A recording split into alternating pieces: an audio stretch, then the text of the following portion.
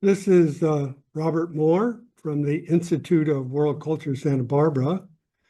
And on behalf of the Institute of World Culture, and also the Maitreyi Academy of Wisdom Teachings, I would like to thank the Department of Culture, Tourism, Nationalities and Religions of Dnipro and the Dnipro National Historic Museum for this invitation to participate in a forum honoring the cultural contribution of H.P. Blavatsky. The Institute of World Culture Santa Barbara and the Institute of World Culture Ukraine have been privileged to share a number of forums over the years, I think much to the benefit of each. The Maitreyi Academy of Wisdom Teachings is an organization dedicated to making available the teachings of Dr. Raghavan Iyer. And Dr. Iyer was the co-founder of the Institute of World Culture, but more prominently, he was an ardent devotee of the work of H.P. Blavatsky. And he composed many luminous Upanishadic-like commentaries on her work. So, in any celebration of her work, it is most appropriate to include the Maitreyi Academy of Wisdom Teachings. Anyone familiar with Blavatsky's work, like Isis Unveiled and the Secret Doctrine, should recognize that her work is dedicated to the universal culture of mankind, past, present, and future. She explained how mankind shares a common destiny with all the life of the planet. In fact, there is no dead matter, and everything is energized from within. Perhaps Einstein's formulation of the matter-energy equivalent was inspired by his reading of the Secret Doctrine. A perceptive student could trace the influence of her work and of the theosophical movement which he founded, whether directly or indirectly, in all the fields of science, religion, and philosophy. However, we may still be lacking in gratitude, of which she so profoundly expressed, to our ancestors, to which we are indebted in all these fields.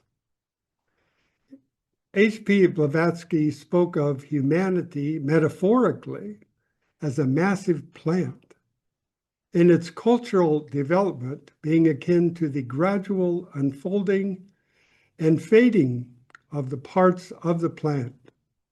In this regard, she referred to parts of the human plant as root races, and their subraces, and their family races, and nations. But she did not mean race as we use the term. For instance, our root race would encompass the entirety of Western culture.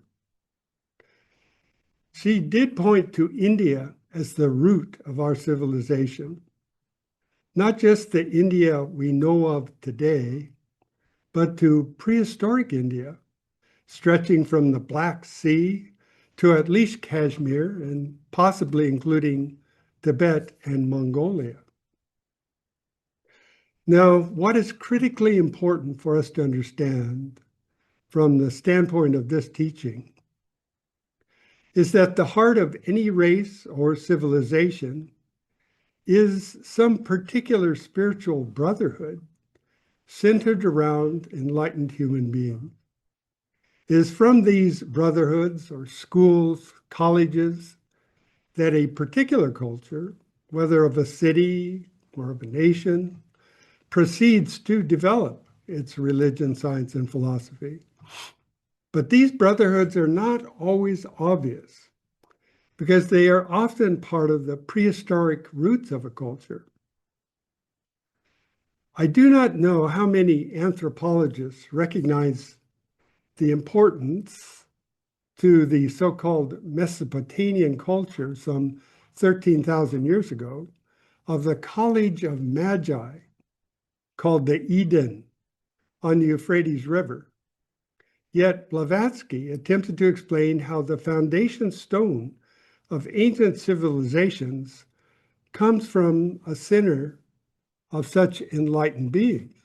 In regards to what are called religions, H.P. Blavatsky writes, quote, "More than one great scholar has stated that there never was a religious founder, whether Aryan, Semitic, or Turanian, who had invented a new religion or revealed a new truth. These founders were all transmitters, not original teachers.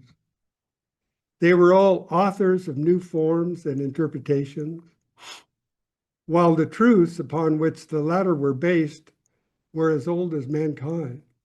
Thus, every nation received in its turn some of the said truths under the veil of its own local and special symbolism, which, as time went on, developed into a more or less philosophical cultus, a pantheon in mythical disguise." That's from Her Secret Doctrine. As noted by the Dalai Lama of Tibet, religion, to be meaningful, must be expressed in the way we think, feel, and act. Real religious culture will express itself in the beauty, scientific insight, artistry, architecture, and social harmony of its humanity. The highest ideals are expressions of the profoundest religious spirit.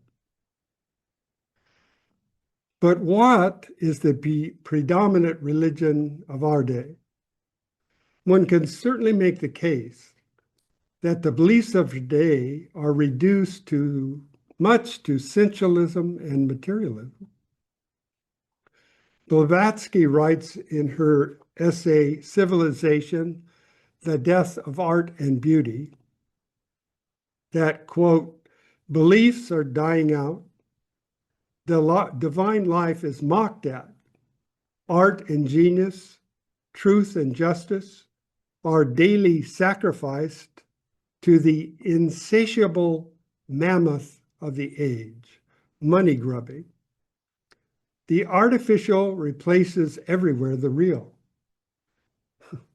The false substitutes the true. Not a sunny valley, not a shady grove left immaculate on the bosom of Mother Nature." Blavatsky laments the gradual disappearance of beautiful traditional clothing and customs in favor of what is fashionable. One can only imagine her revulsion at today's strip malls and sterile skyscrapers.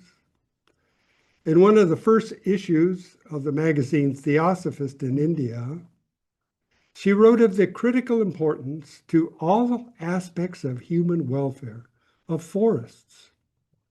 She explained then what we have learned today from ecological science, that the destruction of forests disrupts the health of all the life on the planet. One does not need to be an enlightened being to realize that the health of a culture is bound up with the health of the planet. To phrase Mahatma Gandhi in his succinct expression, civilization has enough for its needs, but not enough for its greed. The whole of Blavatsky's work can be seen as providing the means for the regeneration of our ailing culture. It would be an antidote to nihilism, materialism, and greed. In a word, selfishness. For instance, her work enlivens our imagination with suggestive clues to understanding the universal symbolism. She taught that the words Christ, Buddha, and Hermes are symbols for contemplation and the regeneration of spiritual consciousness. Universal symbols like the sphere and the circle, the mountain and the lotus, are given illumination in meaningful description and in the context of various historical traditions and cultures. These are all themes that are addressed by the Institute of World Culture Santa Barbara in the attempt to give new life to our culture. Many Institute of World Culture presentations are accessible on its YouTube channel, IWC in Santa Barbara. But our work is essentially based upon the assumption that sustained thought and concerted concentration will affect the thought currents of our culture in unknown but very definite ways. And H.P. Blavatsky taught the same idea. Of course, the Ukraine has its own very rich symbolism. By uniting its symbolism to universal symbolism, the Ukrainian culture can be continuously sustained and rejuvenated. All real culture is preserved, Blavatsky taught, even after the fading of its civilization. It reappears in new ways in the cyclic return of civilization. So thank you very much.